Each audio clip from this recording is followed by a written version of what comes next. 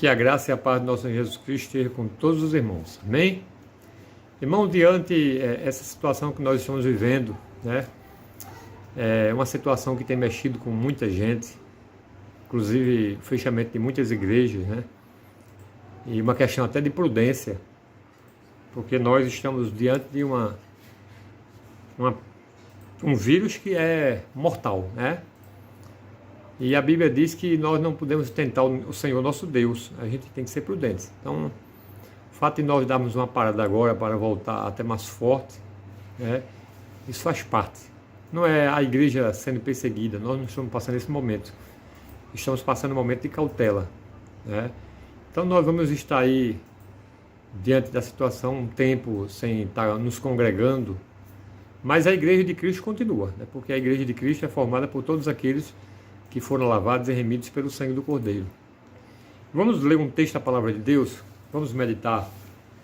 Em Gênesis, no capítulo 4, a Palavra de Deus diz assim, capítulo 4, a partir do versículo 1.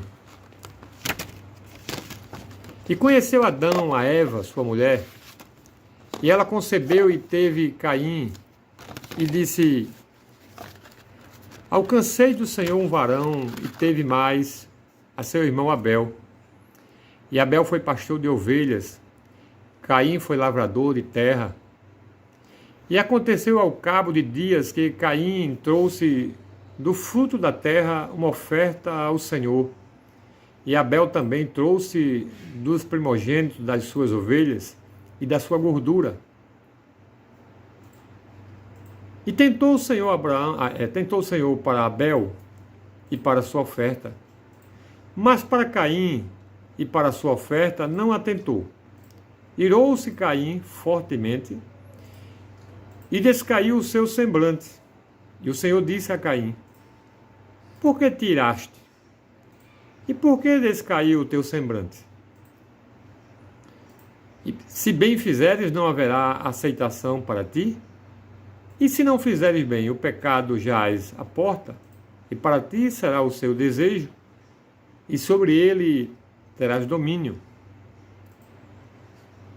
E falou Caim com o seu irmão Abel, e sucedeu que, estando eles no campo, se levantou Caim contra o seu irmão Abel, e o matou.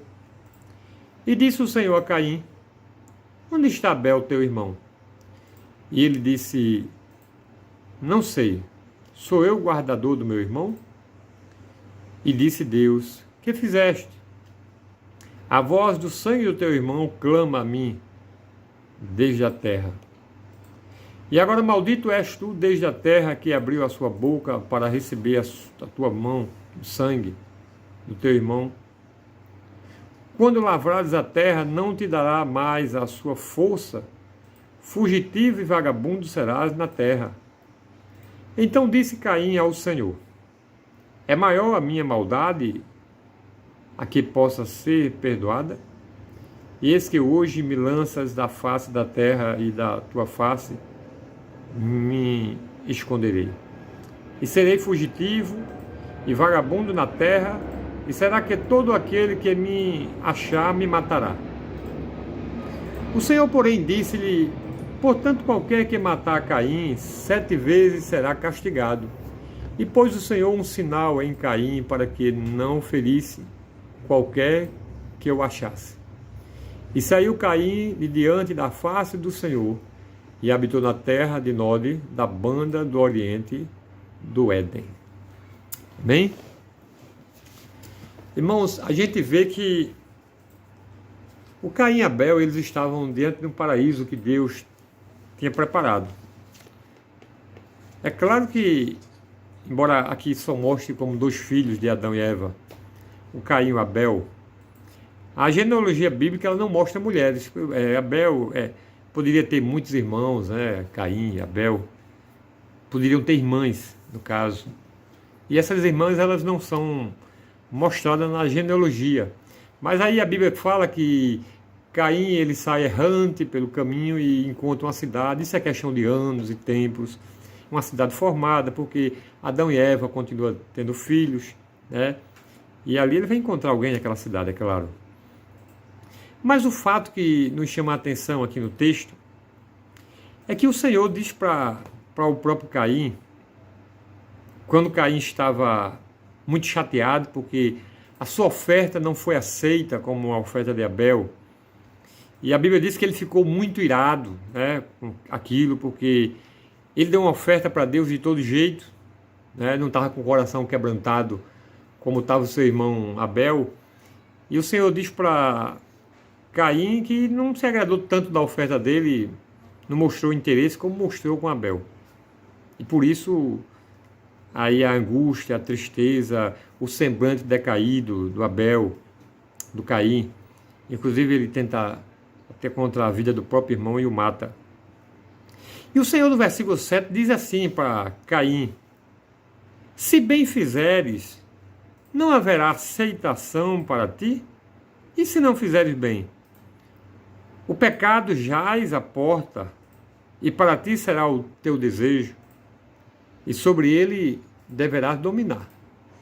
Então Deus deixa a escolha para o Caim, né? Você poderia dominar sobre o pecado. Você pode dominar sobre o pecado. O que é que tem acontecido hoje com a humanidade, né? A gente tem observado que as pessoas elas não têm buscado domínio sobre o pecado. As pessoas elas têm se entregado por completo. Eu lembro que há alguns tempos aí atrás, os carnavais atrás, e o que tem acontecido ultimamente, as pessoas têm blasfemado contra Deus, né? Aquele ator aí que chama o próprio Jesus de homossexual, as pessoas escarnecendo, e a Bíblia diz que Deus não se deixa escarnecer. E houve uma época que eu vi tantas coisas abomináveis, né, as pessoas fazendo, que eu fiquei muito angustiado com isso. Eu fiquei pensando, eu até cheguei a comentar na igreja uma época, que algo poderia acontecer, eu creio que algo vai acontecer no mundo, não sei quando nem o que, mas algo vai acontecer, porque a gente sabe, não era questão de estar profetizando naquele momento, mas assim, a gente conhecendo o Deus que nós conhecemos, sabemos que Deus não deixa as coisas passarem em branco, né? Todos prestarão conta, né? E daquela forma que agiram ali, com blasfêmia, falando coisas horríveis contra o próprio Jesus, eu sabia que a mão de Deus iria pesar mais cedo ou mais tarde. E o que está acontecendo hoje, né, não é nada mais, nada menos do que mais uma praga dessas que aconteceu aí, né, durante todo o decorrer bíblico. Aí alguém diz, mas nós estamos na graça. Mas a Bíblia diz que Deus ainda castiga, né, castiga o que ama. Deus amou o mundo de tal maneira que dá seu Filho amado. Então Deus ama as pessoas. O castigo, ele vem como correção, para que as pessoas se acordem, né, porque o desejo de Deus não é que os homens se percam, que vão para a profundeza, mas que eles tenham um encontro com o Senhor, né? E todos nós somos responsáveis pelos nossos atos. Então, se alguém faz, né, se alguém vai de encontro a Deus, é lógico, é óbvio que algo vem acontecer, né, ou mais cedo ou mais tarde.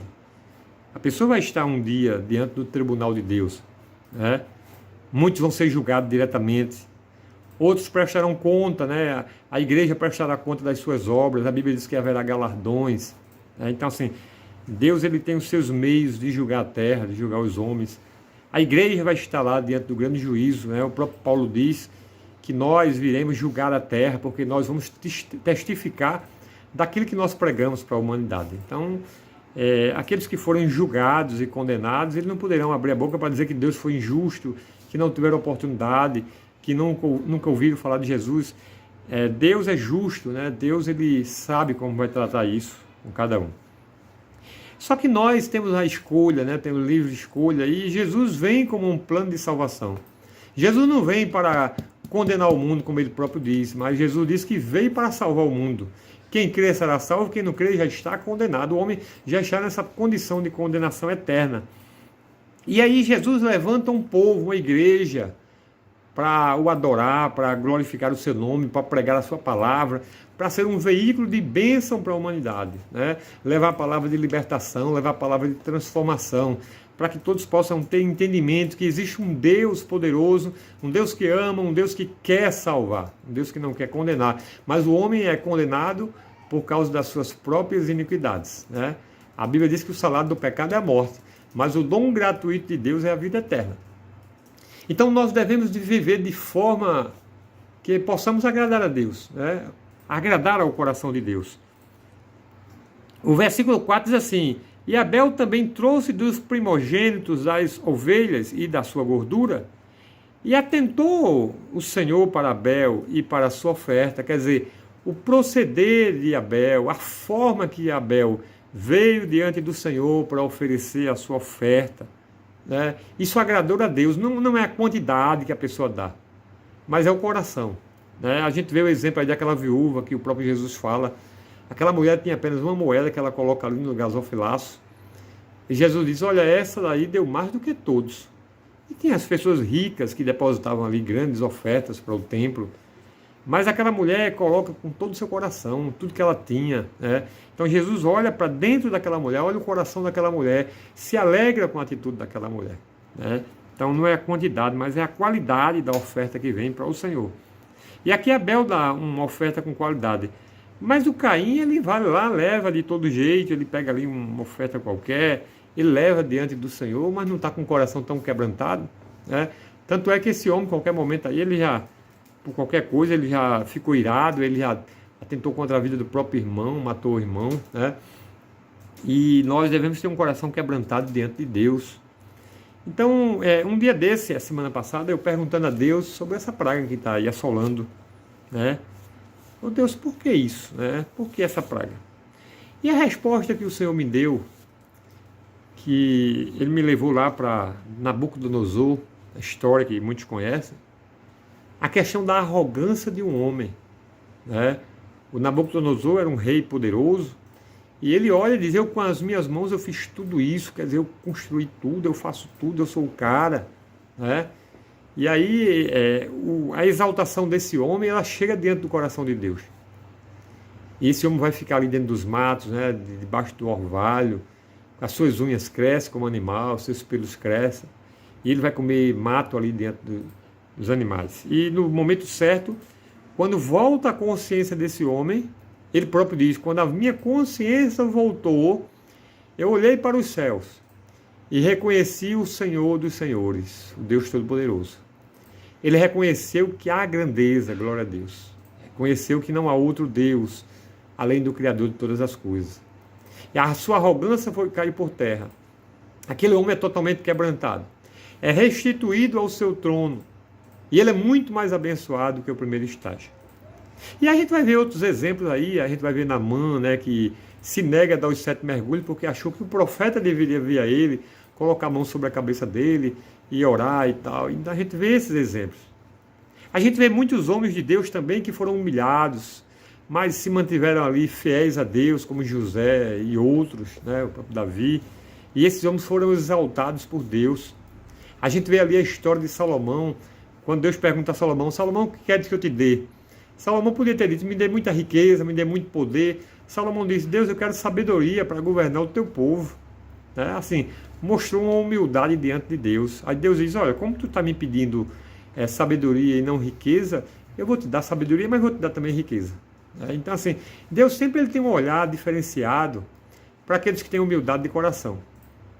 E Deus tem um olhar também com tristeza e com justo juízo para aqueles que se exaltam, para aqueles que se acham que são melhores do que todos. Porque Deus é o Senhor de todas as coisas. Deus é o Senhor de Israel. Deus é o Deus que deve ser adorado, que deve ser louvado, glorificado, não o homem. A gente vê aí tantos cantores evangélicos, né? Tantas pessoas que vão para uma determinada igreja, tem que se pagar X, tem que pagar isso, aquilo outro, como se eles fossem únicos, como se eles fossem poderosos, como se aqueles homens pudessem fazer toda a diferença. Mas a gente sabe que ninguém é insubstituível diante de Deus, né? Infelizmente tem pessoas que pagam até para pregar o evangelho. A gente sabe disso. Mas aí a gente encontra o salmista, né? O salmista, ele com o coração quebrantado diante de Deus, sabendo da grandeza do próprio Deus. No Salmo 34, o primeiro versículo, ele diz assim: louvarei ao Senhor em todo o tempo, o seu louvor estará continuamente na minha boca. Quer dizer, o salmista ele entende que o louvor a Deus deve estar todo o tempo, continuamente na boca dele, porque para isso que ele foi criado. Nós fomos feitos, nós fomos criados para glorificar a Deus. Nós não fomos criados para sermos exaltados como senhores. né? Só um Deus, só um Senhor, né? E aí o salmista, ele no capítulo 33 também, no Salmo 33, no primeiro versículo também, ele diz assim: regozijai-vos no Senhor, vós justos, pois aos retos convém o louvor. Quer dizer, convém aos retos, aqueles que foram lavados, remidos no sangue do Cordeiro, aqueles que andam retamente diante de Deus, convém a esses o louvor a Deus, né? Quando Jesus diz que da boca das crianças vem um perfeito louvor, aqueles que têm pureza de coração, aqueles que têm inocência, aqueles que não têm arrogância, aqueles que não têm a malícia, né? Aqueles que não se colocam como grande diante da terra. Aí o Senhor diz, o perfeito louvor vem da boca deles. E aqui o salmista está dizendo, os louvores são para os retos, para aqueles que são justos, para aqueles que são justificados diante de Deus. Esses são dignos de louvar a Deus.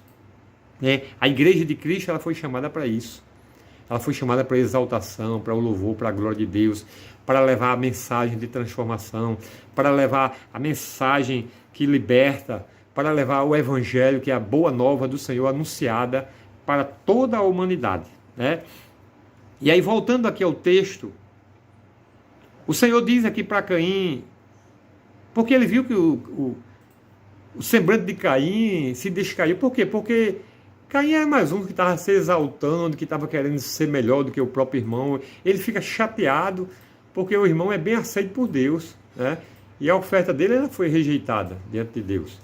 Então, em vez de ele pedir perdão a Deus, se quebrantar, dizer, Senhor, eu vou fazer melhor, vou procurar consertar, ele teve ódio, teve inveja do irmão, teve ira, ao ponto de tirar a própria vida do irmão. E aí, Deus, ele vem ali para o Caim e diz para o Caim, por que tiraste? E por que descaiu o teu semblante? Se bem fizeres, não haverá aceitação para ti. E se não fizeres bem, o pecado jaz à tua porta. Aqui é uma pergunta que o Senhor está fazendo. Se bem fizeres, não haverá aceitação para ti? O Senhor está dizendo, se tu fizesse certo, Caim, Deus não teria aceitado, eu não teria te aceitado, eu não teria aceitado a tua oferta? Se tu fizesse da forma correta, eu não teria aceitado? Então, assim, o nosso Deus, a Bíblia diz que ele não muda. Então, hoje, né, não é diferente de antes. Qualquer um de nós que chegarmos diante do Senhor com o coração quebrantado, coração partido, humilhado, né, reconhecendo a grandeza do Senhor, reconhecendo que Ele é Deus, reconhecendo que nós somos apenas pó, nós somos apenas vasos de barro, e Ele é o nosso oleiro, aquele que molda, aquele que faz, aquele que conserta o vaso, aquele que faz de nós até um vaso novo quando é necessário, aquele que pode colocar o vaso numa condição de honra, né? Aquele que pode exaltar quem Ele quer, aquele que pode humilhar aquele que se exalta, é o Deus Todo-Poderoso. Então, quando a gente chega diante desse Deus poderoso, com o coração quebrantado, e reconhecemos que Ele é grande, que Ele é bom, que Ele é misericordioso, e quebrantamos o nosso coração, Ele nos ouve, né? É o texto que nós conhecemos muito bem, lá em 2 Crônicas 7,14. Se o meu povo que se chama pelo meu nome se humilhar, orar, deixar seus maus caminhos, o Senhor diz, eu ouvirei dos céus, perdoarei os seus pecados, sararei a sua terra. E agora, as orações desse povo, em outras palavras ele diz, é claro, estarão nos meus ouvidos, estarei atento, os meus olhos estarão atentos. Iria abençoar aquele lugar, aquela terra. Então, essa é a vontade de Deus para mim e para a tua vida, é transformar, libertar, curar, salvar, fazer maravilhas, abençoar, fazer com que nós possamos comer o melhor dessa terra. Alguém diz, mas o que está acontecendo hoje? O que está acontecendo hoje é apenas o princípio das dores e com promessa para piorar.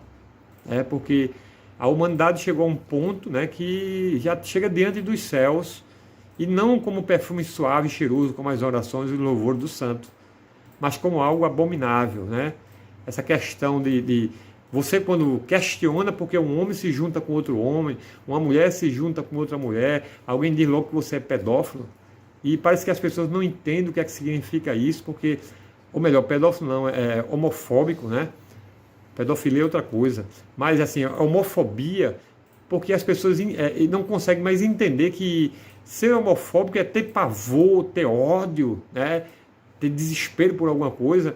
E a Bíblia diz que nós, como igreja, nós amamos o pecador, né? A Bíblia diz que nós temos que amar o pecador e aborrecer o pecado. Então, quando nós questionamos uma prática pecaminosa que vai de encontro à palavra de Deus, que vai de encontro aos princípios bíblicos, isso não quer dizer que a gente está tendo ódio para aquela pessoa, que a gente quer ver o mal daquela pessoa.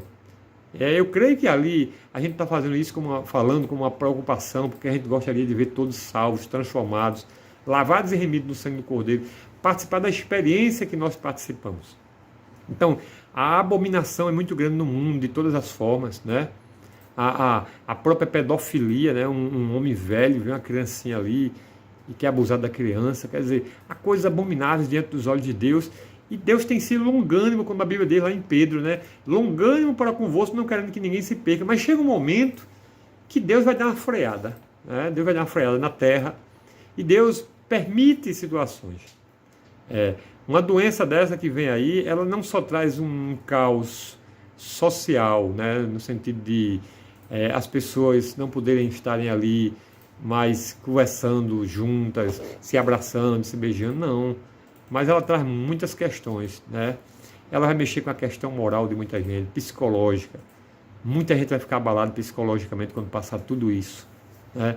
Financeiramente, os países vão afundando muito, aí muitos vão ter problemas, dificuldades financeiras, empresas que tendem a fechar, dependendo do tempo que essa enfermidade passe aí, né, esse vírus fique na Terra. Então isso vai trazendo problema, pobreza para o Brasil, para o mundo. As empresas começam a fechar, terem problema. Então assim, é uma série de consequências, um abismo vai puxando outro abismo, mas tudo isso por consequência do pecado, né?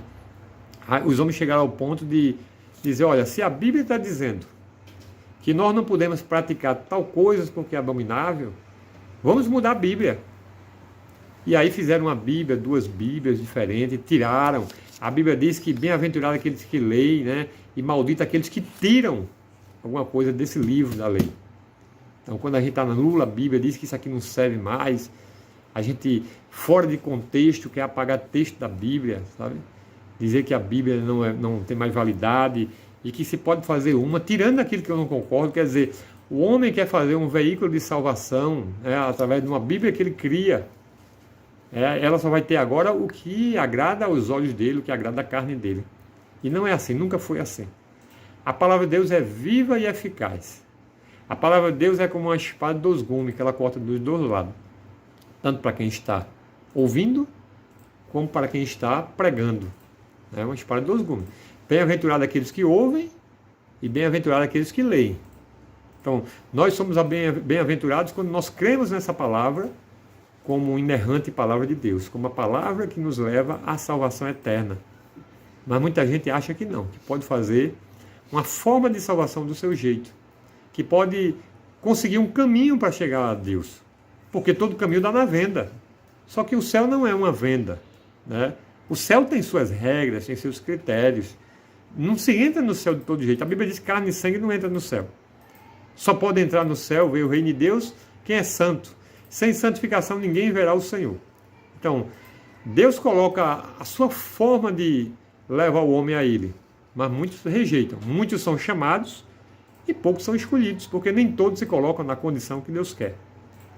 Então, aqueles que querem fazer de todo jeito, eles vão sofrer consequências por isso, né?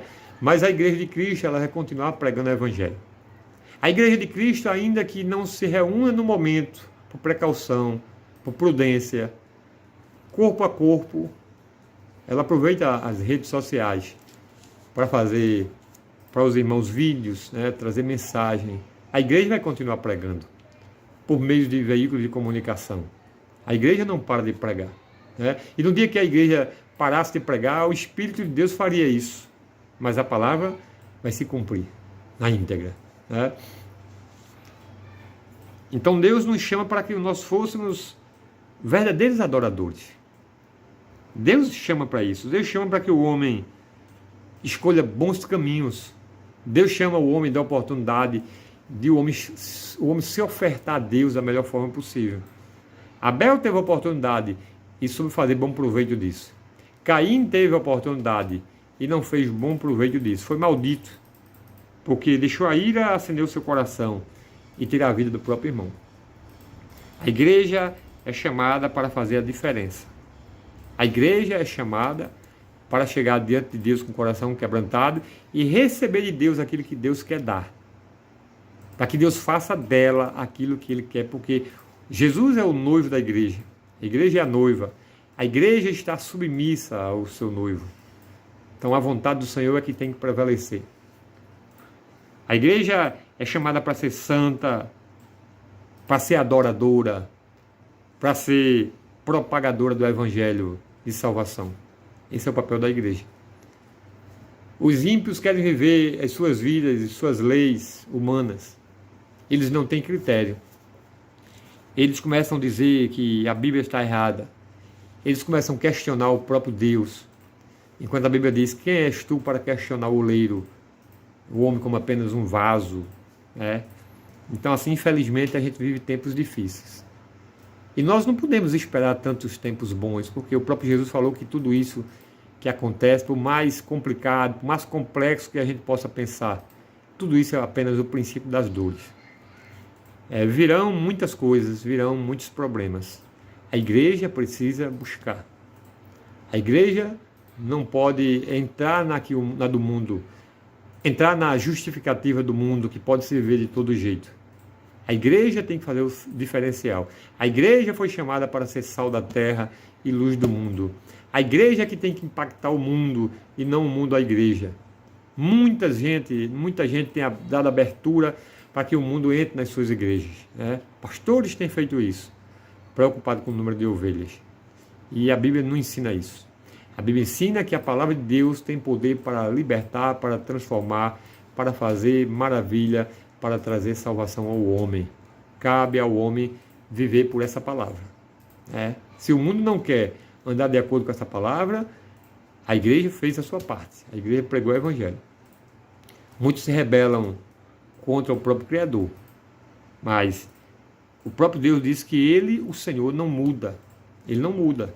Então, se Deus não muda, tudo aquilo que Ele nos ensinou, tudo aquilo que Ele nos trouxe até hoje, através da sua palavra, as revelações que Ele tem dado ao seu povo, à sua igreja, tudo isso vai prevalecer. Tudo que Deus revelou vai se cumprir, porque Deus é verdadeiro. Deus não mente. Deus não é homem para que minta, nem filho do homem para que se arrependa. Então, meus irmãos, vamos nos firmar cada vez mais. Se a gente for ler aí os selos de Apocalipse, a gente vê o segundo selo, um homem que é montado num cavalo vermelho, que é dado uma espada na mão dele, dá poder para que ele tire a paz da terra e os homens matem uns aos outros. A gente tem visto isso. Você não liga a televisão para não ver pai contra filho, filho contra pai, desgraça acontecendo.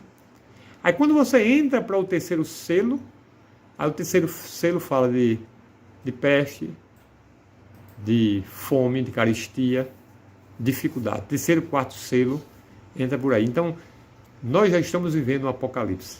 Né? A igreja já está vivendo nos últimos tempos. Eu não sei o que é que muita gente está pensando ainda, que o Apocalipse vai chegar, o céu explodindo. Né? Se a gente for observar direitinho, a igreja já tem entrado nele.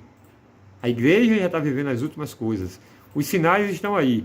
A qualquer momento a igreja pode ser arrebatada. Né? A igreja tem avisado isso para o mundo. A Bíblia diz, assim como era na época de Noé, o povo era avisado. Né? Muitos casavam, se davam em casamento, estava tudo normal, parecia que nada de errado iria acontecer. Quando de repente Deus anuncia a Noé a questão do dilúvio, né? Noé passa ali 40 anos construindo a arca, e muitos zombando de Noé, como se Noé fosse louco, né? Noé fosse maluco, que Noé não soubesse o que estava fazendo. No dia do dilúvio, aqueles que estavam blasfemando, questionando, dizendo que Noé era louco, vieram pedir agora para entrar na arca, e a porta estava lacrada por fora, porque o próprio Deus tinha lacrado, porque Deus conhecia o coração de Noé. Então, no dia do arrebatamento da igreja, quem não se preparou vai ficar. E quando a porta da graça se fechar, não haverá mais misericórdia. Porque a Bíblia diz que o juízo de Deus é misericórdia. A graça de Deus até cobre multidão de pecado. Aonde abundou o pecado, superabundou a graça. Nós sabemos disso, que a graça do Senhor está derramada, dando oportunidade para todos. Mas o fato é que Deus, no seu juízo, não terá misericórdia. Que o Senhor nos abençoe, que o Senhor esteja sempre conosco, com a sua igreja, confortando, ajudando e fortalecendo, em nome do Senhor Jesus. Amém.